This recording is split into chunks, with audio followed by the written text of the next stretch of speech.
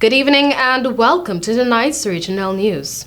A 23-year-old inmate of the Bordelaise Correctional Facility, BCF in St. Lucia, died Wednesday following an explosion at one of the boilers in the laundry room.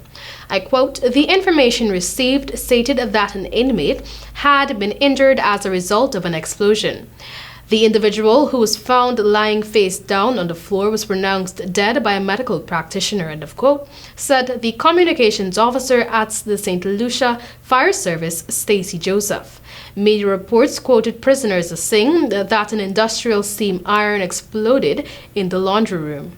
The authorities have not yet released the name of the prisoner who died as a result of the explosion, but his death is the third to have taken place within the prison compound in the past 2 weeks.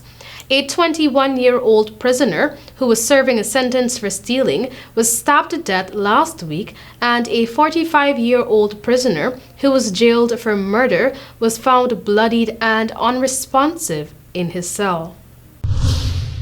In St. Vincent and the Grenadines, the Cabinet of St. Vincent and the Grenadines will determine whether teachers should also be included under the category of frontline workers. Under the Public Health Amendment Act 2021, frontline workers are expected to get vaccinated against COVID-19. Prime Minister Dr. Ralph Gonsalves said Cabinet would have to make a decision on it on Thursday. The Prime Minister continued to urge frontline workers to take the vaccine. He said there are public servants that do not connect the dots that taking the vaccine and opening up the economy is connected to their salary. In Ecuador, Ecuador's president has declared a state of emergency in the prison system following a battle among gang members in a coastal lockup that killed at least 116 people and injured 80 in what authorities say was the worst prison bloodbath ever in the country. Officials said at least 5 of the dead were found to have been beheaded. President Guillermo Lasso decreed a state of emergency Wednesday, which will give the government powers that include deploying police and soldiers inside prisons. The order came a day after bloodshed at the Littoral Penitentiary in Guayaquil that officials blamed on gangs linked to international drug cartels fighting for control of the facility. Lasso, visibly moved by the carnage, said at a news conference that what had happened in the prison was, I quote, "bad and sad," end of quote. He also said he could not guarantee that authorities had gained control of the lockup.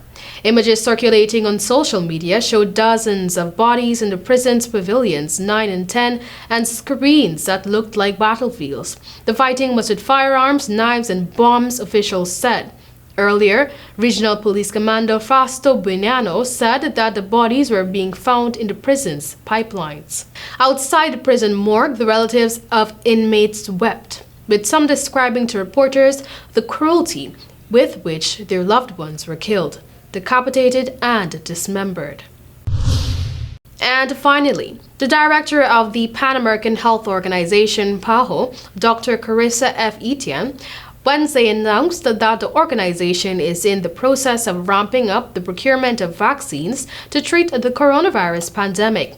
She told the weekly PAHO news conference that the UN Health Agency has entered into an agreement with Sinovac and is in advanced discussions with other manufacturers to purchase additional COVID-19 vaccines on behalf of countries to complement bilateral deals, donations, and doses received via the international COVAX mechanism. I quote, "We have reached an agreement with Sinovac and have been accepting orders that will be ready for delivery this year. And we are expecting to sign new agreements in the coming days to buy vaccines that have emergency use listing approval from other suppliers for 2021 and 2022, end of quote," she told reporters. PAHO has so far helped COVAX deliver 50 million doses, including nearly 14 million donated doses. That was all for tonight's regional news. Thank you for joining.